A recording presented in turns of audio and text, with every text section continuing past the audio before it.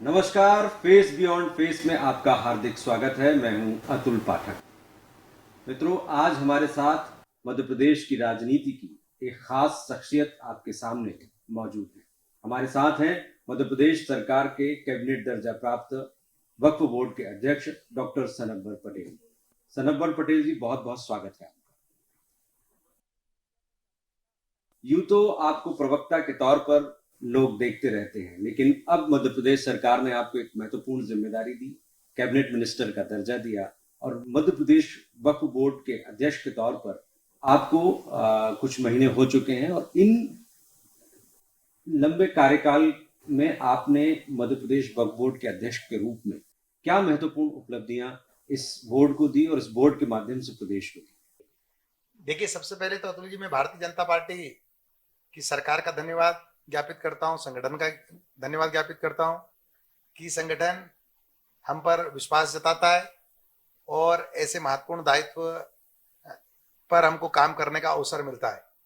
आज जब हम मध्य प्रदेश वक्फ बोर्ड की बात करें तो मध्य प्रदेश वक्फ बोर्ड संपत्तियों की दृष्टि से एक बड़ा बोर्ड है। 15,008 वक्फ संपत्तियां यहाँ पर रजिस्टर्ड हैं और मैं कहूं कि जब संपत्तियों की कीमतें बढ़ी तो बेशकीमती संपत्तियां भी इसमें ऐसी हैं जो यहाँ रजिस्टर्ड है और 15,008 वक्फ संपत्तियां रजिस्टर्ड होने के बावजूद कहीं ना कहीं जो वाकिफ की मंशा है, जो दानदाता ने जिस निमित्त ये संपत्तियों को दान किया है, वो उद्देश्य पूर्ति होने में कहीं ना कहीं कोई बड़ी कमी रह जाती थी। हमने जब ये बोर्ड बना तो हमने लगातार प्रयास किया कि वाकिफ की मंशा को प्राथमिकता देना चाहिए। जिन दानदाताओं ने इन संपत्तियों को दान किया है, पहली प्राथमिकता होना चाहिए कि किस उद्देश्य के साथ उन्होंने दान किया है। और जब हम इसके अंदर गए और देखा तो पाया कि अधिकांशता भी नहीं, लगभग 100% ही संपत्तियां दानदाता ने परोपकार के कार्य के लिए दान किए, जन कल्याण के कार्य के लिए दान किए, फलाई कामों के लिए दान किए, अर्थात गरीब जरूरतमंद जो मिस्कीन लोग हैं उनके भलाई के लिए दान किए। तो जब ये देखने जाते हैं तो इनकम के तौर पर बहुत नॉमिनल, मामूली इनकम जब आती है तो दानदाता का जो उद्देश्य हो पूरा कैसे होगा। तो मध्य प्रदेश वक्फ बोर्ड ने यह तय किया कि हम लोग अपनी इनकम को बढ़ाएंगे। हम जो यहाँ वक्फ माफिया हैं उन वक्फ माफिया पर नकेल कसें, उनके ऊपर कानूनी कार्रवाई करें, वक्फ अधिनियम के तहत कार्रवाई करें और सही किराया लोगों से प्राप्त करके और फलाई काम करो, परोपकार के कार्य हम शुरू करें। और उसी पर इस बोर्ड का पूरा ध्यान रहा है और हमने इसी की शुरुआत की। जी, तो डॉक्टर सनब्बर पटेल, वक्फ बोर्ड के अध्यक्ष के रूप में आपने क्या क्या अलग अलग क्षेत्रों में महत्वपूर्ण कार्य किए, इन पर हम आगे चर्चा करेंगे, लेकिन इससे पहले दर्शकों को ये बताना आवश्यक है कि आपने अखिल भारतीय विद्यार्थी परिषद के कार्यकर्ता के रूप में सियासत में कदम रखा और छात्र राजनीति से सीधे भारतीय जनता पार्टी में आए और भारतीय जनता पार्टी में विभिन्न पदों पर रहते हुए आज कैबिनेट मंत्री का दर्जा आपको मिला है। तो आपकी ये यात्रा, डॉक्टर सनब्बर पटेल की ये यात्रा भारतीय जनता पार्टी और इससे पहले संघ के अनुषांगिक संगठन अखिल भारतीय विद्यार्थी परिषद के साथ कैसी रही? देखिए, ये सारा जो है ये उसी का प्रताप है। जब हम विद्यार्थी परिषद में काम करते हैं, ज्ञानशील एकता पर काम करते हैं, गोवा हो या गुवाहाटी, अपना देश अपनी माटी पर बात करते हैं, उस पर काम करते हैं, तो जो राष्ट्र भाव हमारे अंदर जागृत होता है, जो राष्ट्र के लिए काम करने का भाव हमारे अंदर उस संगठन में काम करते हुए उस भाव को जागृत होता है, तो निश्चित रूप से ये समाहित होता है कि हम अपने जीवन को किस दिशा में लेकर जाएं। और जब राष्ट्र भाव, राष्ट्र को सर्वोच्च पर रखने के भाव के साथ आप किसी भी क्षेत्र में काम करते हैं तो एक अलग झलक आपको संगठन के अंदर काम करने की आती है। और उसी के नाते हम समाज क्षेत्र में जब काम करने चाहते हैं और समाज की चिंता करने का काम करते हैं, पंडित दीनदयाल उपाध्याय जी के मुख्य वाक्य पर काम करने जाते हैं, अंत्योदय पर काम करने जाते हैं, तो निश्चित रूप से एक नई पहचान बनती है। और मुझे लगता है कि ये वही विद्यार्थी परिषद के संस्कार है, यही विद्यार्थी परिषद में सिखाई गई बातें हैं। जब आप अपने जीवन में उसको जीते हैं तो निश्चित रूप से समाज की भलाई भी होती है, अंत्योदय भी होता है और प्रशंसा भी मिलती है। तो मुझे लगता है कि सभी मनुष्य हड्डी मांस के, हार्ड मांस के हैं और हार्ड मांस के मनुष्य को कहीं ना कहीं जब वो अच्छा काम करे और तारीफ होती है, समाज में उसकी प्रशंसा होती है, तो निश्चित रूप से वो और ज्यादा प्रोत्साहित करती है। और इस सब के पीछे छात्र जीवन और विद्यार्थी परिषद में जो हमने सीखा है, उसी का परिणाम है कि आज हम उसको ठीक से आगे कर पा रहे हैं। पर भारतीय जनता पार्टी और भारतीय जनता पार्टी जिस संघ का अनुषांगिक संगठन है, उस संघ को लेकर आमतौर पर धारणा ये रही कि वो भगवा एजेंडे को आगे बढ़ाता है। हिंदुत्व की पहचान, हिंदुत्व को लेकर उसकी सारी संरचना है, उसमें आप जिस तबके से आते हैं उसका फिट होना, अखिल भारतीय विद्यार्थी परिषद से यहाँ तक का सफर, कहीं कोई कठिनाई, कहीं कोई वैचारिक द्वंद्व महसूस हुआ आपको? मैं तो छात्र जीवन से, जब मैं अपनी प्राइमरी, मेरा स्कूल हुआ, वो भी लोकमान्य तिलक हुआ, तो विचार परिवार के बहुत नजदीक रहा। मुझे तो कभी नहीं लगा कि विचार परिवार में कहीं कोई भेद है, कहीं कोई फर्क है, कोई जाति, पंथ, समुदाय, कहीं दूर दूर तक कुछ नहीं। विचार परिवार में तो एक ही चीज हमको देखने को मिली कि कैसे हम अपने राष्ट्र को प्रथम पर रखें, कैसे भारत माँ हमारी सर्वोच्च पर हो, कैसे भारत माँ का मुकुट चमचमाए, और समाज हित में हम कैसे अच्छे काम करें। तो मुझे तो इसके अलावा कभी भी विचार परिवार में काम करते हुए, विद्यार्थी परिषद में काम करते हुए, लोकमान्य तिलक स्कूल के प्राइमरी से लगाकर तो 12th तक के स्टूडेंट होते हुए, कभी भी मुझे ये एहसास नहीं हुआ कि कोई अलग जाति या अलग पंथ या अलग, हम सब एक हैं, हम सब भारत माँ के लाल हैं। मुझे तो कहीं भेदभाव का सवाल दिखाई नहीं, सामने आया ही नहीं, और उसी मन से, उसी भाव से आज तक काम करते आ रहे हैं, कहीं कोई भेदभाव नहीं। पर आमतौर पर ये कहा जाता है कि मुस्लिम समुदाय में ये धारणा है कि ये बीजेपी सिर्फ हिंदूवादी पार्टी और संघ का एजेंडा हिंदुत्व के बहाने हिंदुओं को ही आगे बढ़ाना है, मुसलमानों का कोई स्थान नहीं, और है भी तो बस मुखौटे मात्र है। देखिए, अगर हम मुखौटा कहेंगे तो बेईमानी होगी। आज एपीजे अब्दुल कलाम साहब जैसे लोग, वो भारत रत्न बने, वो देश के राष्ट्रपति बने जब अटल जी की सरकार थी। आज देश में प्रधानमंत्री नरेंद्र मोदी जी की सरकार है, और आज पाकिस्तान को उसके घर में जाकर और सबक सिखाने का काम किया, और हमारी सेना के शौर्य का जब बखान हुआ और उसको प्रेस कॉन्फ्रेंस के लिए आती है, तो हमारी एक बहन सोफिया कुरैशी आती है। तो भेदभाव तो एक प्रायोजित प्रोपेगेंडा के तहत लोगों के सामने पेश किया जाता है, भेदभाव तो कहीं है ही नहीं। ये हमारे सामने उदाहरण, और ऐसे सैकड़ों उदाहरण है, ऐसे सैकड़ों उदाहरण है कि आज जो हस्तियां, चाहे हिंदू हो, मुस्लिम हो, सिख हो, ईसाई हो, भारतीय जनता पार्टी की सरकार ने, विचार परिवार ने, जनसंघ के जमाने से जब जब प्रतिभा के आधार पर ही यहाँ निर्णय हो, और प्रतिभा के आधार पर निर्णय होकर ही देश के राष्ट्रपति एपीजे अब्दुल कलाम बने, तो आज प्रतिभा के आधार पर ही बहन सूफिया सारे इस सिंदूर ऑपरेशन की जानकारी पूरे भारत को देती है। ये हमारे लिए बहुत प्रशंसा की बात है, और वो भी मध्य प्रदेश की बेटी, तो हम तो ऐसे ही गौरवान्वित हो जाते हैं। एक तो सूफिया कुरैशी, दूसरा मध्य प्रदेश की बेटी, और सारे देश की जानकारी दे, पाकिस्तान को घर में घुसकर और नेस्त नाबूद करने की जानकारी दे, कैसे उसका डिफेंस सिस्टम को नेस्त नाबूद किया, कैसे दोनों ठिकानों को नेस्त नाबूद किया, कैसे 25-25 साल पुराने अपराधी अजहर मसूद जैसे लोगों को पूरे परिवार के साथ 4-4 मंजिल नीचे जाकर और बेसमेंट में जाकर और अपनी मिसाइलों ने उनको नेस्त नाबूद करने का काम किया। तो ये मतलब आनंद और बढ़ा देता है, कहीं भेदभाव नहीं। बिल्कुल आपने सही कहा। और ऑपरेशन सिंदूर के दौरान लेकिन पाकिस्तान के सेना प्रमुख आसिफ मुनीर और ये सब एक नैरेटिव सेट करने की कोशिश भी करते नजर आए कि ये जो पूरी लड़ाई है इस्लाम की लड़ाई है। और असदुद्दीन ओवैसी ने जो बात कही वो बड़ी बहुत अच्छी बात कही, जिसकी पूरी देश ने तारीफ की, कि पाकिस्तान ने कभी भी हिंदुस्तान के मुसलमानों को या बांग्लादेश के मुसलमानों को मुसलमान समझा ही नहीं, और जिस ढंग से उसने ट्रीट किया, लेकिन जब ऐसे मौके आते हैं तो वो भड़काने की कोशिश करता है। बिल्कुल सही कहा अतुल जी, हिंदुस्तान का मुसलमान देश के साथ है, ये सबके सामने एक बार फिर सिद्ध हुआ। और पाकिस्तान ने लगातार गुमराह करने की कोशिश की। देखिए, पहलगाम का जो आतंकी हमला, जिस प्रकार से निर्मम हत्याएं की गई, जिस प्रकार से जाति वर्ग पूछकर हत्याएं की गई, ये क्या था? ये एक बड़ा षड्यंत्र था। ये षड्यंत्र था कि किस प्रकार से हमारे देश में विध्वंस हो जाए, आपस में कोई फर्क आ जाए।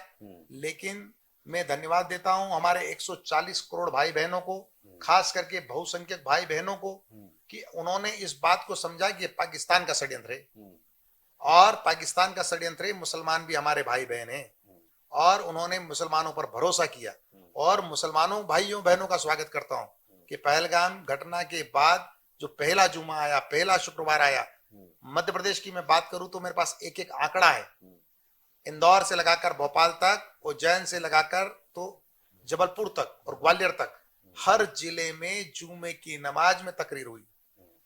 हजारों की तादाद में मुसलमान बाहर निकला, बाहर निकलकर पहलगाम की इस घटना का कड़ा विरोध किया।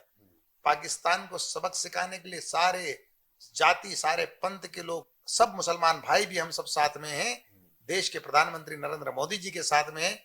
बड़ी तादाद में, बड़ी संख्या में लोग निकले और पाकिस्तान के उस मंसूबे को फिर से विफल किया जो वो षड्यंत्र करना चाहता था, जो वो बेईमानी से एक बात को फैलाना चाहता था, उस बात को नहीं फैलने दी। बहुत अच्छी आपने बात कही।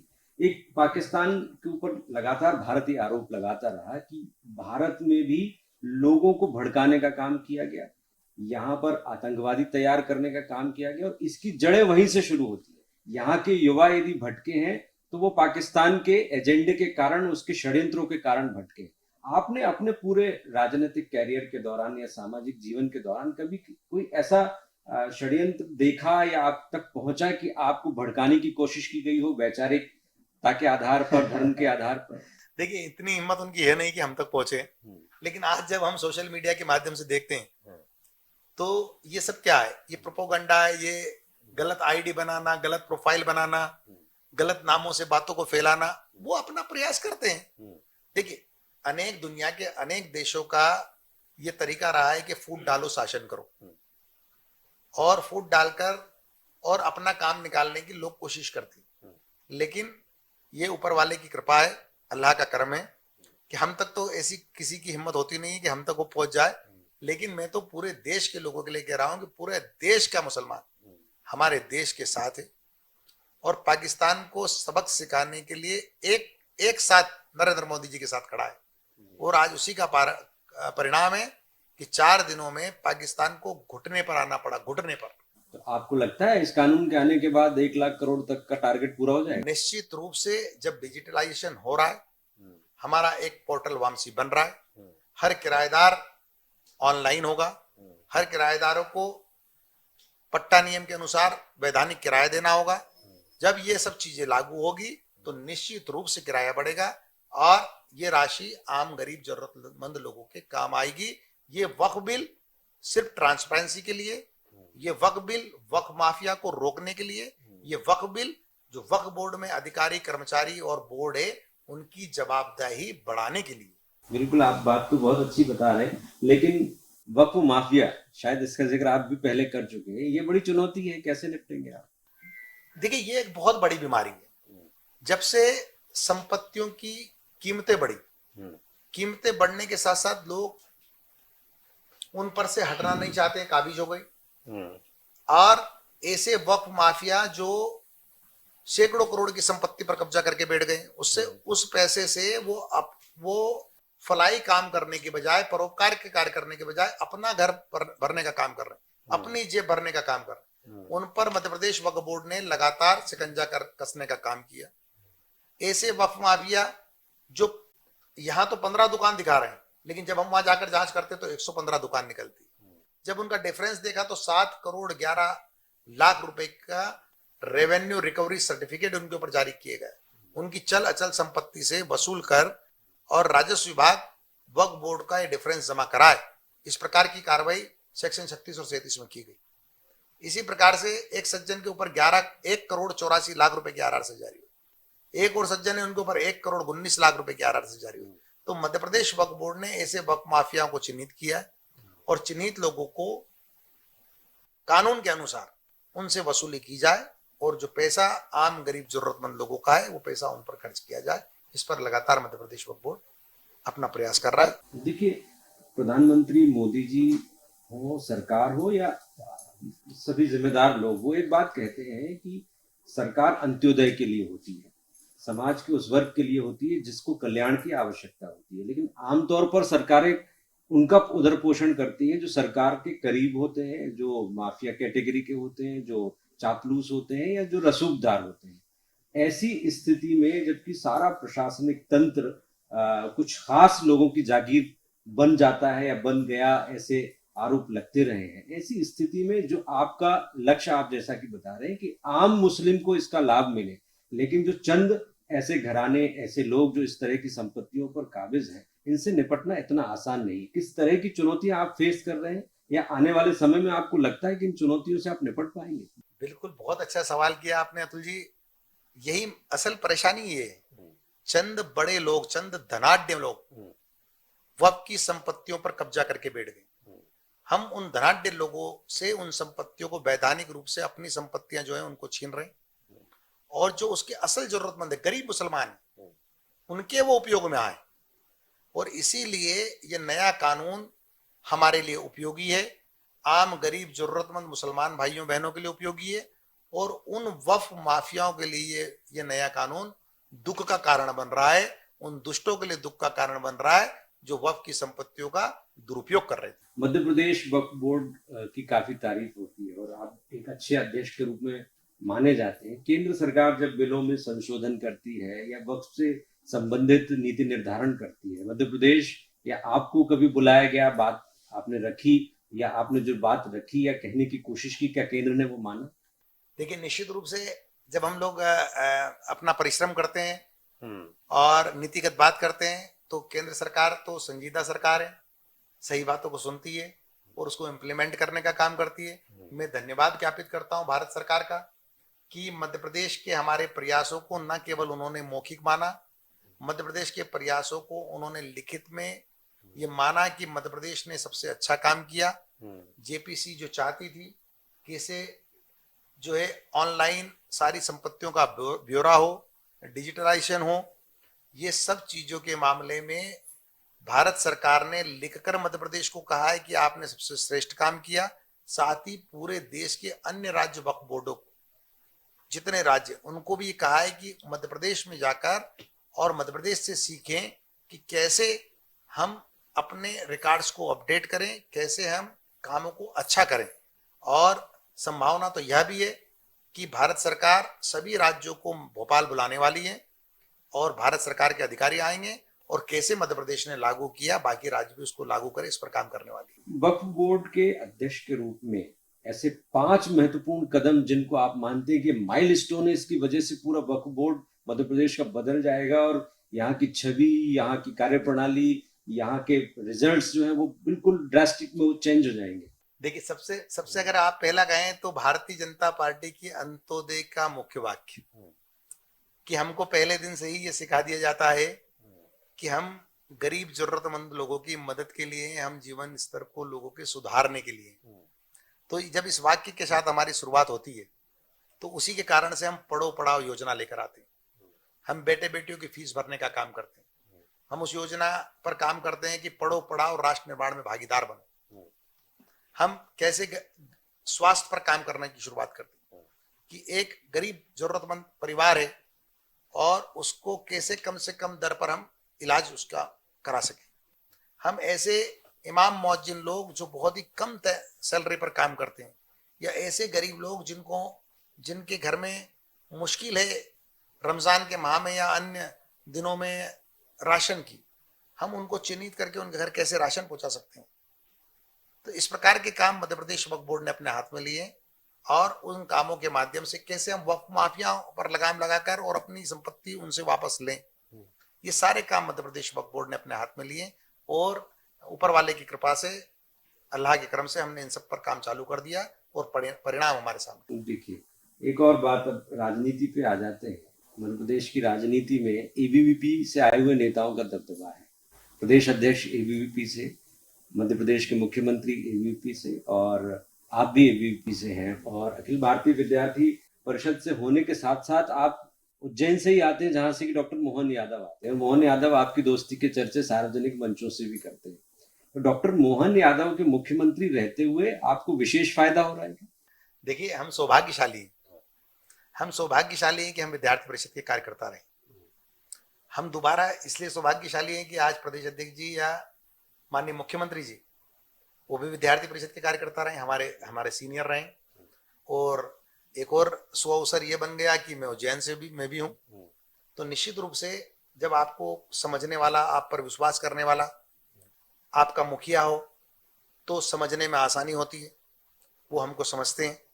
आज जब वक्फ बिल जन जागरण को लेकर एक समाज का, मध्य प्रदेश के समाज का एक बड़ा हिस्सा उनके साथ बैठा, और जब माननीय मुख्यमंत्री जी के ध्यान में आया कि ये जो भवन है ये अलेक्जेंडर स्कूल होता था, कभी 150 साल पुराना है, अंग्रेजों के जमाने में यहाँ स्कूल लगता था, उन्होंने तत्काल घोषणा की कि यहाँ एक सुसज्जित नवनिर्मित वक्फ भवन बनाया जाएगा और उसका नाम एपीजे अब्दुल कलाम भवन होगा। तो ये जब आप काम करते हो, विश्वास हो, तो इस प्रकार की अनुकूलता बनती है। मैं तो अपने आप को सौभाग्यशाली मानता हूं कि ये इतने बड़े नेता हैं, चाहे प्रदेश अध्यक्ष जी हो, चाहे माननीय मुख्यमंत्री जी हो, मैं तो एक साधारण सा कार्यकर्ता हूं। उनका विश्वास, उनका प्रेम, और दोनों ही मेरे बहुत वरिष्ठ नेता हैं। डॉक्टर मोहन यादव जी बड़े नेता हैं, हमारे वरिष्ठ नेता हैं। ये उनका प्रेम है, उनका विश्वास है कि मुझ जैसे छोटे कार्यकर्ता को वो मित्र बोल देते हैं। असल में तो वो हमारे नेता हैं, हमारे बड़े हैं। ऐसा क्या मोहन यादव में देखा मोदी जी और शाह साहब ने, आप तो बचपन से उनको जानते हैं, कि बड़े नेताओं की कतार थी, आगे बहुत सारे नेता बैठे हुए थे जो मुख्यमंत्री बनने के दावेदार थे, नाम चल रहे थे, तो अचानक पीछे की पंक्ति में बैठे हुए एक व्यक्ति का नाम पुकारा जाता है और उसको मुख्यमंत्री बना दिया जाता है। मुझे लगता है कि यही भारतीय जनता पार्टी, ये भारतीय जनता पार्टी है जहां योग्यताओं पर, क्षमताओं पर निर्णय होते हैं। ये भारतीय जनता पार्टी है जहां एक गुजरात के बड़नगर में साधारण परिवार के चाय के व्यापार से जुड़े हुए व्यक्ति देश के प्रधानमंत्री बनते हैं। ये उसी का प्रतिरूप है कि डॉक्टर मोहन यादव जी जैसे कार्यकर्ता, हालांकि वो बड़े कार्यकर्ता रहे, बड़े नेता रहे, वो विद्यार्थी परिषद में भी राष्ट्रीय मंत्री स्तर तक के कार्यकर्ता रहे। मुझे जहां तक ध्यान है वो 3 बार राष्ट्रीय मंत्री रहे विद्यार्थी परिषद में। फिर वो संघ में भी दायित्ववान अधिकारी रहे, फिर वो युवा मोर्चा में रहे, फिर वो विकास प्राधिकरण के 3 बार अध्यक्ष रहे, फिर विधायक रहे, शिक्षा मंत्री रहे। तो निश्चित रूप से संगठन ने उनकी क्षमताएं, उनकी योग्यता को देखते हुए ये निर्णय लिया होगा। मेरा तो इस विषय में बात करना भी मुझे लगता है कि मेरी सीमा के क्षेत्र के बाहर की बात है। तो आपको क्या लगता है मोहन यादव जी जो है वो मध्य प्रदेश के अब तक के भारतीय जनता पार्टी से आने वाले मुख्यमंत्रियों में सर्वश्रेष्ठ साबित होंगे? देखिए, निश्चित रूप से मुझे लगता है कि शिवराज सिंह जी चौहान साहब ने जो बीमारू राज्य था, उस बीमारू राज्य से एक विकसित राज्य मध्य प्रदेश को बनाने में उनकी बहुत अहम भूमिका रही। और अब डॉक्टर मोहन यादव जी जिस प्रकार से काम कर रहे हैं, इस विकसित राज्य को स्वर्णिम राज्य बनाने का जो उन्होंने संकल्प लिया है, और जिस प्रकार से पिछले लगभग 1.5 वर्ष में रात दिन एक करके जिस प्रकार से उन्होंने परिश्रम की पराकाष्ठा की, मुझे लगता है कि मध्य प्रदेश हर क्षेत्र में, आप देखिए, हम इंडस्ट्रियलाइजेशन की बात करें तो जिलों जिलों में, संभाग स्तर पर और जिलों स्तर पर, जब जहां जिस चीज की आवश्यकता है या जहां जिस चीज की सप्लाई है, वहां जाकर मीट होना, चाहे ग्लोबल इन्वेस्टर मीट हो या रीजनल मीट हो, व्यापार कैसे बढ़े, डॉक्टर मोहन यादव जी का उस तरफ अगर ध्यान है तो बालाघाट जैसा जिला जो देश के सर्वाधिक नक्सलेट प्रभावित जिलों में आता था, उस जिले को, और वहां की लांजी तहसील, उस तहसील जो सर्वाधिक नक्सलेट प्रभावित तहसील थी, आज देश के उन प्रभावित जिलों से वो जिला बाहर हो गया है। और वहीं जाकर और उस जिले के पुलिसकर्मियों को, वहां के अर्धसैनिक बलों को जिस प्रकार से प्रोत्साहित करने का काम डॉक्टर मोहन यादव जी ने किया है, नक्सलेट एरिया को एक तरह से मैं कहूं तो सिकोड़ने का काम किया है, और संकल्प लिया है देश के गृह मंत्री अमित शाह जी ने कि हम पूरे देश से नक्सलवाद को खत्म करेंगे, ऐसे लोग जिनको लोग भड़का देते हैं उनको मुख्य धारा में लाएंगे।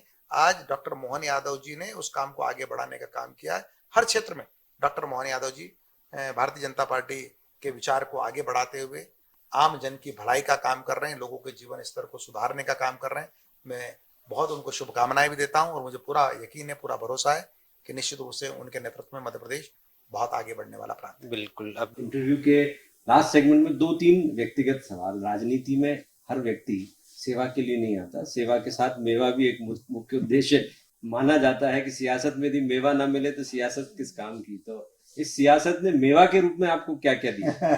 ये देखिए, भारतीय जनता पार्टी के कार्यकर्ता के लिए, और खास करके मैं अपनी बात करूं तो जब हम काम करते हैं और किसी गरीब निर्धन व्यक्ति के चेहरे पर हमारे काम के कारण से मुस्कान आ जाती है, यही असली मेवा है। और ईश्वर की कृपा है, ईश्वर ने जिस परिवार में पैदा किया है तो उस परिवार में खाने पीने का सब इंतजाम करके पैदा किया है। तो राजनीतिक क्षेत्र में हम इन सब उद्देश्य हमारे नहीं है, न भारतीय जनता पार्टी के कार्यकर्ताओं के होते हैं, न मेरा है। हम लोग समाज में लोगों के काम आ सकें, भलाई के काम कर सकें, इसलिए आए। और इस बात की पूरी प्रसन्नता है कि ईश्वर की कृपा से आज जब आप यहाँ आएंगे और आपको आम जन से मिलेंगे तो लोगों के चेहरे पर जो खुशी होगी वो ही हमारा असली इनाम है। आप राजनीति में बहुत साल से हैं। कभी कोई ऐसा क्षण आया जब आपको लगा कि नहीं, ये राजनीति मेरे काम की नहीं है या भारतीय जनता पार्टी मेरे काम की नहीं है, बदलना चाहिए? मैं तो धन्यवाद ज्ञापित करता हूँ कि माता पिता ने उस स्कूल में पढ़ाया, उस विद्यालय में पढ़ाया जो विचार परिवार जहाँ बहुत मजबूत था। लोकमान्य तिलक स्कूल से मेरी प्राथमिक शिक्षा की प्रारंभ हुई, मेरी शुरुआत हुई। और तब से लगाकर आज तक मैं धन्यवाद ज्ञापित करता हूँ हजारों हजार बार, करोड़ों बार, कि मैं एक ऐसे संगठन का कार्यकर्ता हूँ जहां पर काम करते हुए मुझे हमेशा संतुष्टि मिली, लोगों की भलाई के काम कर पाया और लोगों के चेहरे पर थोड़ी बहुत खुशियां मेरे कारण से जब देखता हूँ तो मुझे ईश्वर का आशीर्वाद के रूप में वो खुशियां मिलती। बिल्कुल। आखिरी सवाल, डॉक्टर सनबर पटेल कैबिनेट मंत्री का दर्जा, क्या राजनीति में आपने वो मुकाम छू लिया जो जिसकी ड्रीम एक कल्पना होती है कि हाँ ये अब यहाँ तक मुझे रुक जाना है, आगे कुछ और सोचा है? कभी सोचा ही नहीं था, उतना संगठन ने दिया। हमेशा संगठन ने ज्यादा ही दिया। तो मैं तो हर हाल में बहुत ईश्वर का धन्यवाद ज्ञापित करता हूँ, संगठन का धन्यवाद ज्ञापित करता हूँ। उन्होंने मुझे खूब मुझ पर आशीर्वाद बनाया, मुझ पर खूब विश्वास किया और जो काम मिला मैंने पूरी ईमानदारी से 100% करने का प्रयास किया। और अतुल जी, आप बहुत पवित्र इंसान हैं, मैं आपको व्यक्तिगत रूप से जानता हूँ। मैं आपसे भी आपके इस चैनल के माध्यम से ये वादा करता हूँ कि जब जो काम मिला है उसको पूरी ईमानदारी से करने का प्रयास किया। आगे भी हमको जो काम संगठन देगा हम उसको पूरी ईमानदारी से करने का प्रयास करें। बिल्कुल। तो काम बड़ा होता है, पद बड़ा नहीं होता। यही एक कार्यकर्ता की पहचान है जो भारतीय जनता पार्टी के कार्यकर्ता होने का दावा करता है। यदि उसके अंदर कार्यकर्ता भाव है, कर्म करने का भाव है, पद पाने की अभिलाषा नहीं है, तो पार्टी ने निश्चित रूप से कार्यकर्ताओं को प्रधानमंत्री तक पहुंचाया है। मुख्यमंत्री तो बहुत दूर की बात है।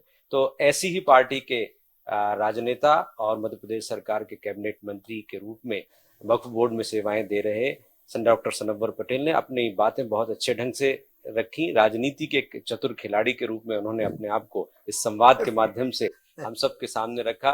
डॉक्टर पटेल आने वाले समय में भारतीय जनता पार्टी के एक कुशल कार्यकर्ता के रूप में सरकार में इसी तरह से भूमिका निभाते हुए वक्फ बोर्ड के अध्यक्ष के रूप में अपने समाज के लिए, राष्ट्र के लिए कुछ ऐसा करें कि जो माइलस्टोन साबित हो, और ऐसा वो कर भी रहे हैं। ऐसी शुभकामनाओं के साथ बहुत बहुत धन्यवाद डॉक्टर पटेल हमसे जुड़ने के लिए। फेस बियॉन्ड फेस में आज इतना ही। अगले एपिसोड में फिर किसी नई शख्सियत के साथ मुलाकात होगी। तब तक के लिए नमस्कार, जय हिंद।